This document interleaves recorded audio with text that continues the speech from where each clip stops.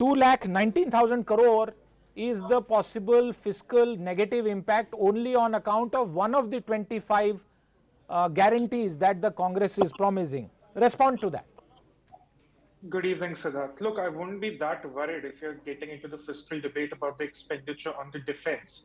That's, I think, one of the priority sectors for any government. And I wouldn't actually, if I'm prioritizing in terms of where I want to spend, I wouldn't look at defense first. What I would look at is one of the two big promises of the Rahul Gandhi manifesto, the Congress manifesto. One of them is rupees 1 lakh annually to the poorest of the poor households. Now, the manifesto was a good opportunity to clarify or to explain how these families or households would be decided. Even if we assume 20 crore families in India and we expect them to cover the bottom 20% on the economic pyramid, we're looking at 4 crore families. That's 4 lakh crore rupee expenditure every year. The other big promise is legalizing MSP. Now, that is where the real headache is if we talk in fiscal terms.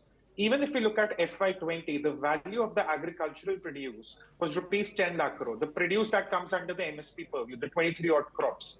We're not talking about the total agricultural produce, just the MSP crops produced was rupees 10 lakh crore. Now, if Rahul Gandhi says he wants to legalize MSP, there are two ways of going about it. Either the state procures at 100%, which doesn't happen. The state procurement is more or less around 25%. But even if he's procuring at 100%, that's rupees 10 lakh crore expenditure annually for the government. Now, that's impossible. That's fiscally impossible. I won't even say difficult, it's impossible. The second more viable solution is he makes a law or he complements it with a law where anyone buying from the farmers has to buy it in MSP. Now, that creates another set of problem that if a private enterprise has to buy the crops on MSP, the price dictated by the government, and these are inflated prices, we all know that, given their quality, given the kind of ecological conditions that persist in these states, particularly Punjab and Haryana.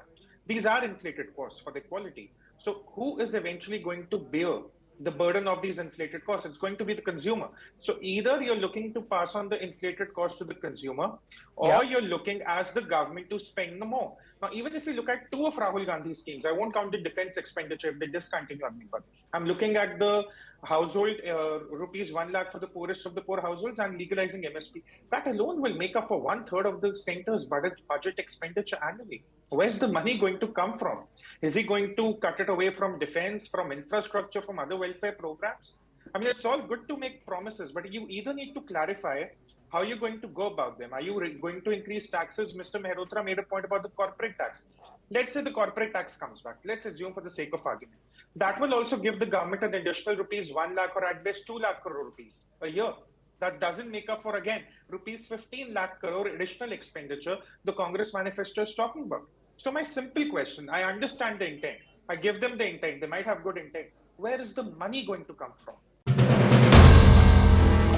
If you like the video, do like, comment, share and subscribe.